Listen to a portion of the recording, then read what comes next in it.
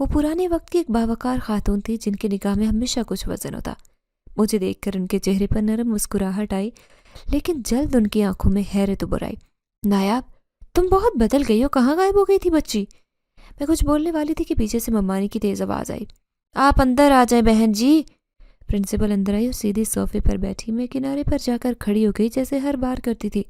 دیکھیں، میں یہ جاننے آئی ہوں کہ نایاب اسکول کیوں نہیں آ رہی؟ ہماری سب سے ذہین بچیوں میں سے تھی، اچانک اتنا لمبا وقفہ، کچھ مسئلہ ہے کیا؟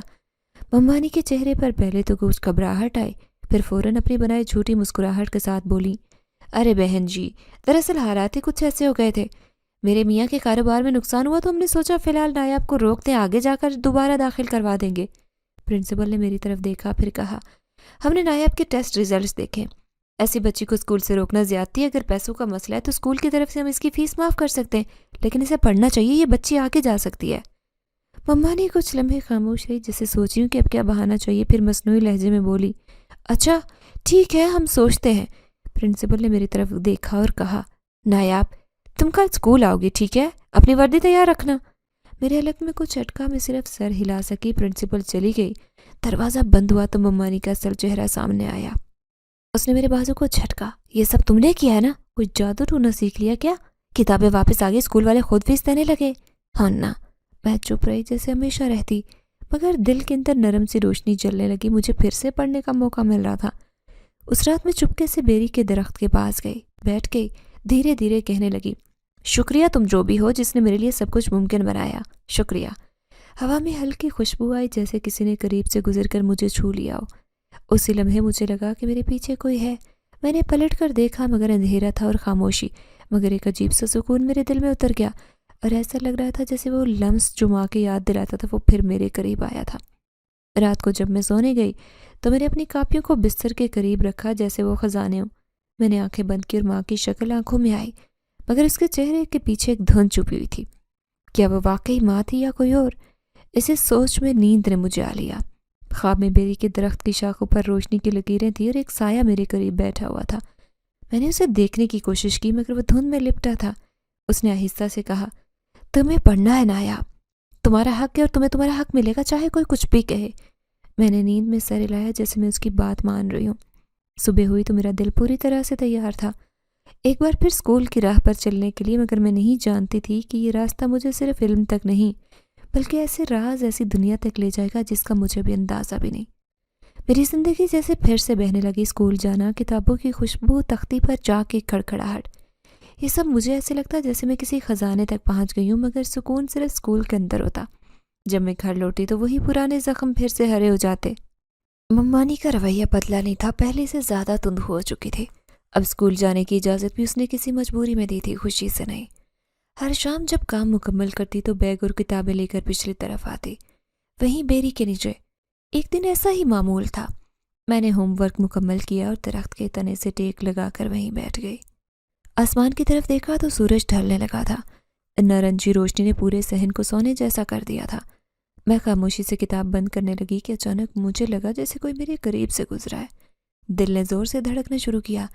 میں نے ادھر ادھر دیکھا لیکن وہاں کوئی نہیں تھا۔ کچھ لمحے ہی گزرے تھے کہ بیری کے درخت کی ایک شاخ ہلی جیسے کسی نے چھوئی ہو۔ میرے رونگٹے کھڑے ہو گئے، میں نے کتابیں سمیٹی اور اٹھ کر کھڑی ہو گئی۔ تب میں نے پہلی بار وہ سایہ دیکھا، ایک دھندلا سا وجود جو آہستہ آہستہ درخت کی شاخوں کے درمیان سے اتر رہا تھا۔ میرے پاؤں جیسے زمین سے جڑ گئے، آنکھیں پھاڑ کر دیکھتی رہی۔ وہ سایہ پہلے میری طرف بڑھ رہا تھا مگر ڈرا نہیں رہا تھا، عجیب سی سکون بخش روشنی اس کے ارد گرد تھے۔ پھر وہ سائے کی صورت میں آہستہ آہستہ بدلنے لگا اور پھر میرے سامنے ایک لڑکا کھڑا تھا، عمر میں شاید 13 یا 14 برس کا، گندمی رنگت، آنکھوں میں عجیب سی چمک اور بال ہوا میں ہلتے۔ اس کا چہرہ عجیب حد تک خوبصورت تھا، جیسے کسی مصور نے انتہائی محنت سے تراشا ہو۔ میں سانس لینا بھول گئی، دل زور سے دھڑک رہا تھا۔ کون ہو تم؟ میری آواز کپ کپائی۔ لڑکے نے مسکرا کر کہا، میں تمہارا دوست ہوں۔ دوست؟ میں نے پیچھے ہٹتے ہوئے کہا۔ وہ آہستہ سے آگے بڑھا لیکن اس کی آنکھوں میں نرمی تھی، کوئی وحشت نہیں۔ اللہ میاں نے مجھے تمہارے پاس بھیجا ہے تاکہ تم تنہا نہ رہو نایاب۔ میں حیرت سے اس کا نام سن کر حیران رہ گئی۔ تم نے میرا نام کیسے لیا؟ وہ ہنس پڑا۔ مجھے تمہارا سب کچھ پتا ہے، تم کب روئی، کب ہنسی، کب کسی سے کچھ چھپایا، کب بیری کے درخت سے دل کی بات کہی۔ میں تمہارے پاس تب بھی تھا جب تمہیں لگا تم اکیلی ہو۔